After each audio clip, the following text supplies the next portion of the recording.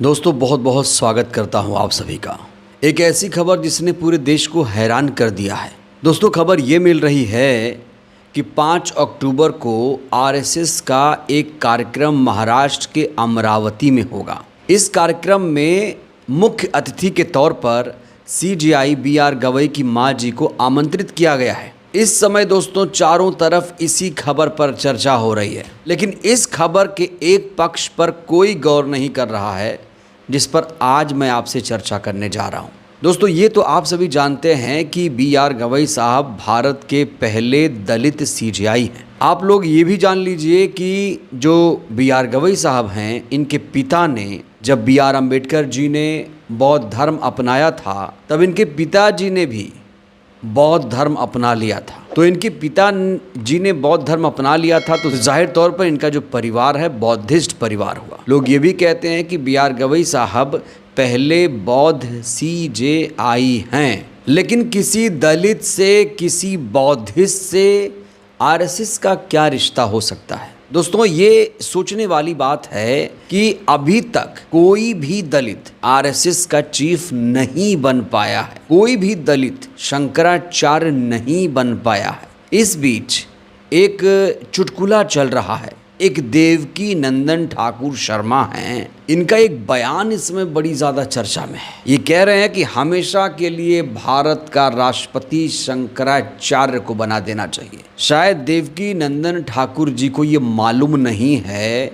कि हमारा देश संविधान से चल रहा है। ये कोई राजतंत्र राजशाही यहाँ पर नहीं चल रही है, एनार्की नहीं चल रही है कि आपने कुछ आदेश पारित कर दिया और वो बन जाएगा। और दोस्तों आप ये जानते हैं कि इस समय सीजेआई बी.आर. गवई साहब जातिवादियों के निशाने पर आ चुके हैं। खास तौर से जो पाखंडी बाबा लोग हैं ना, उनके निशाने पर आ चुके हैं। ये अनिरुद्ध आचार्य तो आपको यह दोस्तों याद ही होगा, जिसने बी.आर. गवई को सरेआम धमकी दी।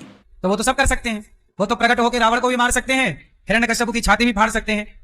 अब तुम्हें अपनी छाती फड़वानी है तो बताओ नरसिंह भगवान से, क्योंकि तुम जैसे अधर्मियों को मारने के लिए भगवान आते हैं और भगवान को लग रहा है कि अभी भाई तुम लोग बैठे हो कुर्सी पे, तुम लोग ही करो, हमें ना आना पड़े। लेकिन अब कहा जा रहा है कि जो अनिरुद्ध आचार्य है उसकी उल्टी गिनती शुरू हो चुकी है। इस पर बहुत जल्द ये कानून के शिकंजे में आएगा। तो हर तरफ टीवी मीडिया में यही शोर है कि सीजेआई बी.आर. गवई की माँ आरएसएस के कार्यक्रम में चीफ गेस्ट होंगी। लेकिन दोस्तों मैं आपको बता दूं, खबर मिल रही है कि सीजेआई बी.आर. गवई की मां ने इस कार्यक्रम में जाने से मना कर दिया है। बाकायदा चिट्ठी लिखी गई है कि हम इस कार्यक्रम में नहीं आएंगे, हमें ऐसे कार्यक्रम में चीफ गेस्ट नहीं बनना है। दोस्तों ये होता है स्वाभिमान। CJI B R. गवई की मां ने जो कुछ किया इसको टीवी मीडिया नहीं दिखाएगा, गोदी मीडिया इसे आपके सामने नहीं रखेगा। गोदी मीडिया में अभी भी हेडलाइनें चल रही हैं कि सीजेआई बी.आर. गवई की मां आरएसएस के कार्यक्रम में होंगी शामिल, चीफ गेस्ट बनेंगी, रामनाथ कोविंद भी आएंगे। लेकिन इस पहलू पर कोई गौर नहीं कर रहा है। मना कर दिया, उसके बावजूद इस खबर को नहीं दिखाया जा रहा है। आखिर क्यों सीजेआई बी.आर. गवई की मां को आरएसएस के कार्यक्रम में बुलाया जा रहा है? सोशल मीडिया पे तो इसको लेकर लोग यही लिख रहे हैं कि इससे शर्मनाक और देश का दुर्भाग्य क्या हो सकता है। एक उम्मीद की एक लौ बची थी, वो भी बुझने जा रही है। लोग ये भी कह रहे हैं कि एक माँ का सम्मान अच्छी बात है। अगर सीजेआई से कोई फेवर की इच्छा नहीं है तो आप सीजेआई की माँ को किसी भी कार्यक्रम में बुलाइए, लेकिन कहीं ऐसा तो नहीं कि कोई फेवर चाहिए उनकी माँ को आप कार्यक्रम में बुलाएंगे तो जाहिर तौर पर कुछ गुफ्तगू होगी, बातचीत होगी। कहीं ऐसा तो नहीं कोई फेवर लिया जाएगा। और सीजेआई की माँ को ऐसे कार्यक्रम में क्यों बुलाना, जब ये जानते हो कि उनका जो परिवार है बौद्धिस्ट परिवार है और दलितों से, आदिवासियों से आरएसएस का क्या रिश्ता है। दोस्तों हमें आपको बताने की ज़रूरत नहीं है।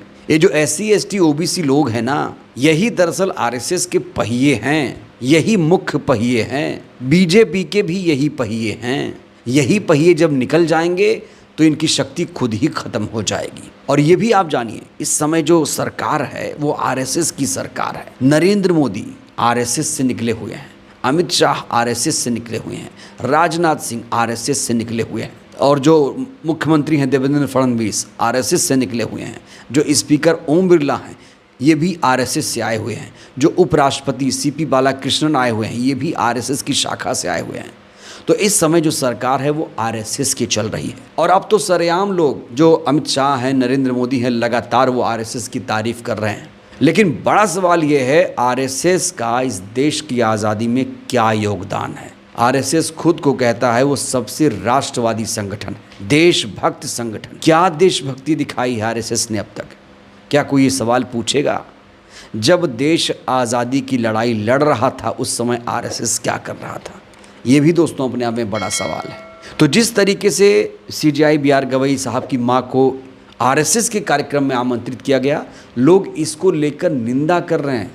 हालांकि अच्छी बात दोस्तों ये रही कि सीजेआई बी आर गवई की मां ने खुद ही मना कर दिया और उन्होंने एक बहुत सकारात्मक संदेश दिया। और दोस्तों इस पर चर्चा, इस पर बात होनी चाहिए। सोचिए वो माँ कितनी ज़्यादा जागरूक है हक अधिकारों को लेकर, क्योंकि अगर वो ऐसे मंचों पर जाएंगी तो जाहिर तौर पर कहीं ना कहीं सीजेआई बी आर गवई की क्रेडिबिलिटी पर सवाल खड़े होंगे। और एक माँ ने जिस तरीके से मना किया कि वो कार्यक्रम में नहीं जाएंगी, दोस्तों ये बहुत अच्छी पहल है, बहुत अच्छा कदम। लोग इसे सराह रहे हैं, लोग इसे मान रहे हैं। लोग कह रहे हैं कि बी आर गवई की माँ ने बहुत अच्छा किया, बहुत सराहनीय कदम उन्होंने उठाया है। गोदी मीडिया, टीवी मीडिया में खबर लगातार चल रही है कि सीजेआई बी आर गवई की मां चीफ गेस्ट होंगी, लेकिन दोस्तों बहुत लोग इस खबर का खंडन कर रहे हैं। सोशल मीडिया पे तो यहाँ तक लिखा जा रहा है कि ये झूठी खबर है। उनकी मां ने ये बताया है कि वो नहीं जाने वाली हैं।